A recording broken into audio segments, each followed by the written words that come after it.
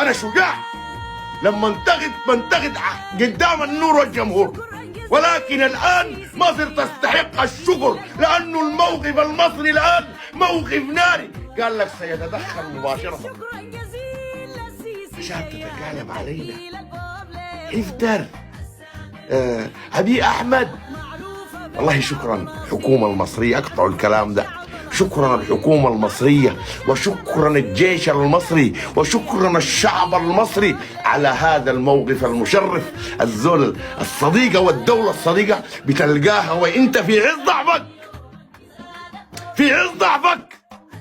لكن أبي أحمد والتابي محمد كاكا وحفتر والرئيس الكيني يتكالبوا علينا لإسقاط السودان، وتطلع مصر بكل قوة وشجاعة الحكومة المصرية حتى في مجلس الأمن تقول الأمن السوداني خط أحمر، ووحدة السودان خط أحمر، ولن نحترف بأي حكومة أو جسم موازي الدعم السريع.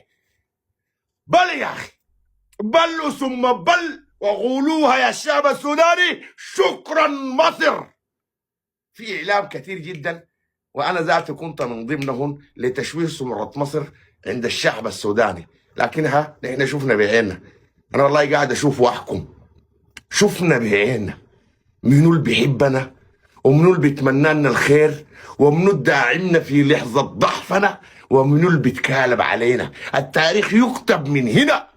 أنا حوري أولادي وأولاد أولادي إنه تكالبت علينا الأمم، أبي أحمد إثيوبيا، على تشاد، على عفتر، على كينيا، على يوغندا، ولكن والأمارات، وبرزت مصر بكل قوة وجرأة، في كل قوة وجرأة، فقالتها بكل شجاعة السودان خط أحمر وأمنه خط أحمر. في كلام كثير، الكلام ده ما بيعجب الناس دي.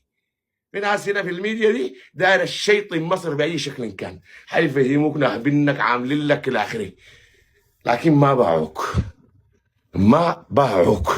عشان كده الدعم السريع دائما تلقاه اول مصر، والمصريين ضربونا، والطيران المصري. بعد ده الجيش المصري قال لك عديل خط احمر، اثيوبيا عديل، والرساله دي لاثيوبيا دارت تتدخلي في السودان ان احنا قاعدين، لانه نحن يا جماعه بنواجه حرب اقليميه لتفكيك وتدمير السودان. لكن الموقف المصري الآن موقف مشرف، والشعب السوداني كلكم أشكر مصر على جرأتها، على وقفتها بكل شجاعة خلف القوات المسلحة، على وقفتها. يا جماعة السودان الآن مو بخير وبواجه خطر وجودي.